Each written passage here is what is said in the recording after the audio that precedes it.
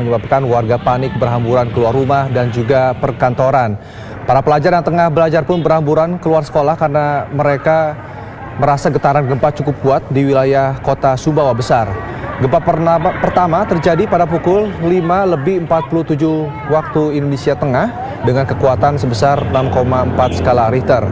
Kemudian terjadi kembali gempa susulan sekitar pukul 6:06 waktu Indonesia Tengah dengan kekuatan 5,5 skala Richter di kedalaman 10 km di radius 22 km timur laut Lombok Utara. Selain itu sejumlah gempa susulan pun terjadi dan hingga kini tercatat sudah 66 kali gempa susulan yang terjadi hingga pagi hari ini. Dampak gempa sendiri juga terus bertambah. Petugas BPBD bersama TNI Polri Basarnas terus melakukan penanganan darurat dan hingga pukul 9:45 ini tercatat dampak gempa menyebabkan 10 orang meninggal dunia, 40 orang luka dan puluhan rumah mengalami kerusakan. Dan diperkirakan dampak gempa akan bertambah mengingat pendataan masih terus berlangsung dan hingga kini belum semua lokasi sudah terdata. Ini adalah bagaimana kondisi terkini atau gambar terbaru yang kami dapatkan kondisi warga pasca gempa yang terjadi di Lombok, Nusa Tenggara Barat.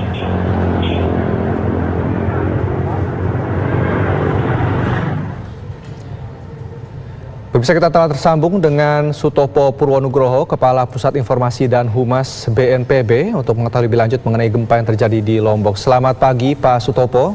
Ya, selamat pagi. Baik, Pak Sutopo, bisa diceritakan bagaimana saat ini kondisi di sana? Ya, penanganan darurat masih terus dilakukan, artinya pendataan masih dilakukan, evakuasi masih dilakukan, dan BPBD bersama aparat dari TNI, Polri, Basarnas, SKPD setempat, PMI, Tagana, relawan, semuanya masih melakukan penanganan darurat, juga bantuan juga disalurkan. Dan sampai saat ini pukul 9:45 waktu Indonesia Barat tadi, dari data yang dilaporkan ke posko BNPB terdapat data sementara ya ini, jadi 10 orang meninggal dunia, 40 orang luka-luka dan puluhan rumah rusak. Dan diperkirakan dampak ini juga akan bertambah mengingat pendataan masih dilakukan dan belum semua lokasi terdata. Dan paling parah memang terdapat di Kabupaten Lombok Timur dan di Kabupaten Lombok Utara karena memang paling dekat dengan pusat gempa. Jadi pusat gempa ini 6,4 skala Richter. Berdasarkan laporan dari BMKG, pusatnya ada di darat kedalaman 24 km dan terjadi secara mendadak karena gempa memang tidak bisa diprediksi sehingga menimbulkan pengaruh terhadap bangunan-bangunan yang ada khususnya. Dari 10 orang meninggal dunia tadi sebagian besar memang karena tertimpa oleh bangunan yang roboh, di mana dari 10 orang korban meninggal dunia terdapat 1 warga negara Malaysia, yaitu atas nama Isma Wida, perempuan 30 tahun, warga negara Malaysia. Kami masih mendalami, tadi masih menanyakan kepada petugas BPBD setempat untuk mendapat informasi bagaimana statusnya, apakah turis ataukah yang lainnya, dan kemudian meninggalnya karena apa. Jadi sampai saat ini masih dilakukan pencarian informasi. Sedangkan 9 lainnya adalah warga negara Indonesia. Dan gempa susulan masih berlangsung. Ini adalah suatu mekanisme yang alamiah. Biasanya di mana ada gempa yang kekuatannya cukup besar, maka akan diikuti oleh gempa-gempa susulan dengan intensitas yang lebih kecil. Dan BMKG tadi melaporkan sampai pukul 9:20 diperkirakan terdapat 66 kali gempa susulan. Diperkirakan juga masih akan terjadi, dan masyarakat baik yang ada di Lombok, Bali, Sumbawa saat ini sebagian sudah kembali ke rumah, sebagian juga masih berada di luar rumah. Jadi kami juga mendapat laporan turis baik mancanegara maupun Nusantara ketika terjadi gempa mereka merespon keluar dari hotel, tempat penginapan, mereka berada di jalan-jalan atau di tempat terbuka yang aman dari reruntuhan bangunan. Dan kami juga masih koordinasi dengan BPBD setempat karena dilaporkan ada longsoran dari material di Gunung Rinjani, di mana pasca gempa tadi 6,4 skala Richter terjadi longsoran dari puncak Gunung Rinjani mengarah ke utara. Longsorannya cukup besar sehingga jalur pendakian ke Gunung Rinjani untuk sementara ditutup. Aparat masih melakukan pemantauan terhadap dampak longsor yang ada. Sampai saat ini kami masih koordinasi, masih melakukan pemantauan dan pendataan. Dan posko BNPB tetap koordinasi dengan BPBD, baik Provinsi NTB, Provinsi Bali, maupun kabupaten, kota, untuk mengetahui penanganan darurat. Dan tim reaksi cepat BNPB telah dikirim menuju ke lokasi untuk memberikan pendampingan. Baik, Pak Sutopo, untuk yang di Gunung Rinjani tersebut, apakah sudah ada laporan mengenai jumlah korban atau terjadi korban di lokasi tersebut, Pak Sutopo? Belum ada, jadi sampai saat ini masih dilakukan pemantauan. Kalau melihat tadi dokumentasi pasca gempa 6,4 terjadi longsoran, materialnya cukup besar. Ini terlihat dari dokumentasi jarak jauh, di mana abu-abu dari material longsoran berterbangan mengarah ke utara, dan kita belum tahu bagaimana dampaknya. Dan biasanya memang di sekitar puncak Rinjani ada danau, biasanya juga banyak wisatawan-wisatawan yang ada di sana. Namun dampak dan sebagainya kita masih menunggu hasil laporan dari pemantauan yang ada di lapangan. Aparat gabungan, tim SAR gabungan masih melakukan pemantauan yang ada di Gunung Rinjani. Jadi aparat dalam hal ini tim gabungan melakukan penanganan baik di daerah yang terdampak seperti di Lombok Timur, Lombok Utara, maupun yang ada di gunung tadi. Baik, lalu untuk posko-posko bantuan sendiri apa sudah didirikan oleh pihak BNPB, Pak Sutopo? Ya, posko-posko yang setara ya. Jadi posko tadi ada, kalau menderita yang luka, korban dan sebagainya, tadi langsung dirawat di puskesmas. Ketika guncangan masih cukup keras, dirawat atau diobati di luar dari bangunan. Kemudian posko untuk dapur umum dan sebagainya saat ini masih didirikan. Jadi penanganan darurat dalam hal ini fokus utama saat ini adalah pencarian, penyelamatan dan pertolongan korban.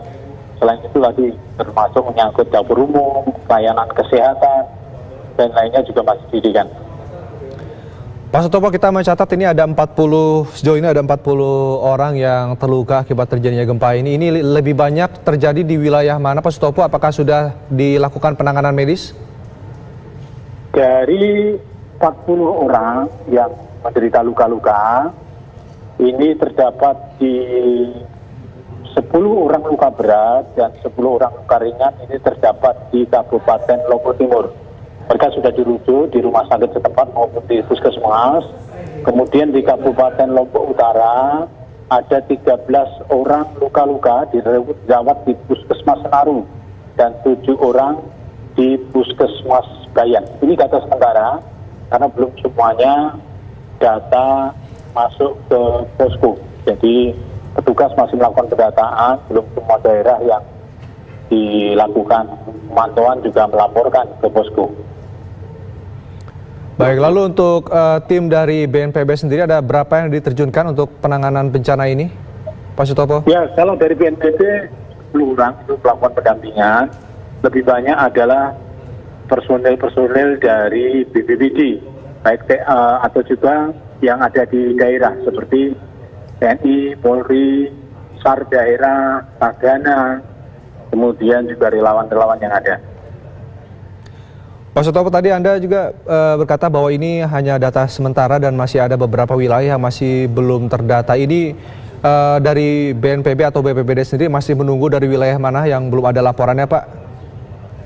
Ya, kalau melihat dampaknya selain dari Lombok Utara dan Lombok Timur, gempa dirasakan cukup keras, tadi juga dirasakan di Lombok Tengah, Sumbawa Barat, di Mataram, Sumbawa Besar. Kemudian untuk di Bali juga hampir sebagian besar wilayah juga merasakan guncangan di Kuta, Nusa Dua, Karangasem, Singaraja, Gianyar, merasakan gempa dan petugas BPD masih melakukan pendataan. Pak Sutopo, ini dari informasi yang didapat dari BMKG ini, gempa ini terjadi akibat apa ya Pak? Apakah ini tumbukan dua lempengan tersebut Pak? Ya, kalau berdasarkan analisis dari BMKG, ini gempa terjadi aktivitas sesar naik Flores. Jadi di bagian utara memang terdapat sesar aktif. Nah, ini terjadi proses bergerak, dalam arti terjadi sesar naik. Detailnya tentu bisa ditanyakan kepada teman-teman di BMKG. Sampai saat ini teman-teman di BMKG juga standby melakukan pemantauan di kantor BMKG. Baik, Pak Sutopo, ini gambar-gambar yang kami miliki ini ada banyak korban-korban dari warga yang dirawat, melakukan perawatan di jalan-jalanan atau di jalanan-jalanan. Apakah ini ada banyak infrastruktur maupun rumah sakit yang rusak akibat gempa ini, Pak? Kami masih menunggu hasil pendataan. Tetapi kalau melihat akses jalan, jembatan dan sebagainya, tidak terdapat kerusakan yang parah. Demikian juga bangunan-bangunan dalam arti bangunan perkantoran yang roboh juga data sementara tidak terdapat laporan yang jumlahnya banyak. Tetapi kalau kita melihat kerusakan-kerusakan itu adalah rumah, sebagian besar adalah rumah-rumah, dan kalau kita melihat konstruksinya memang konstruksi-konstruksi yang masih belum mengkaitkan dengan konstruksi tahan gempa. Kalau kita melihat dari robohnya bangunan-bangunan yang khususnya rumah-rumah yang ada, masih bangunan-bangunan batako yang sederhana, kemudian juga tembok-tembok yang tidak diperkuat dengan tulang-tulang atau konstruksi yang tahan gempa. Dan ini menjadi permasalahan secara umum di Indonesia karena masih banyak rumah-rumah warga yang memang dibangun secara sederhana yang masih sangat minim mengkaitkan dengan konstruksi tahan gempa, sehingga ketika terjadi gempa, guncangan gempa, bangunan tadi roboh yang akhirnya juga menimbulkan korban jiwa. Jadi korban tertimpa oleh bangunan tadi. Sudah terdata dengan pasti Pak jumlah rumah yang rusak, bangunan-bangunan maupun juga terutama bangunan-bangunan fasilitas umum dan juga infrastruktur dari pemerintah yang mengalami kerusakan akibat gempa ini Pak? Belum, semuanya belum detail. Jadi sampai saat ini laporan yang kami peroleh dari BPD semua masih belum terdata secara detail. Karena dalam kerusakan rumah biasanya kita klasifikasikan rusak berat, rusak sedang, dan rusak ringan. Jadi kita belum bisa menyampaikan kepada media, kepada masyarakat berapa total rumah rusak yang ada. Tapi kalau kita melihat puluhan hingga ratusan rumah diperkirakan mengalami kerusakan. Pak Sutopo, tapi apakah wilayah Lombok ini termasuk salah satu wilayah yang rawan akan gempa Pak? Seberapa sering gempa ini terjadi di Lombok dari data informasi yang sudah didapatkan sebelum-sebelumnya Pak? Ya, kalau kita melihat wilayah NTB, NTT dan sebagainya, ini adalah daerah yang rawan gempa, di mana gempa itu dapat berasal dari pertemuan lempeng tektonik India, Australia, dan lempeng Eurasia, terutama di selatan dari wilayah Lombok, wilayah Sumbawa.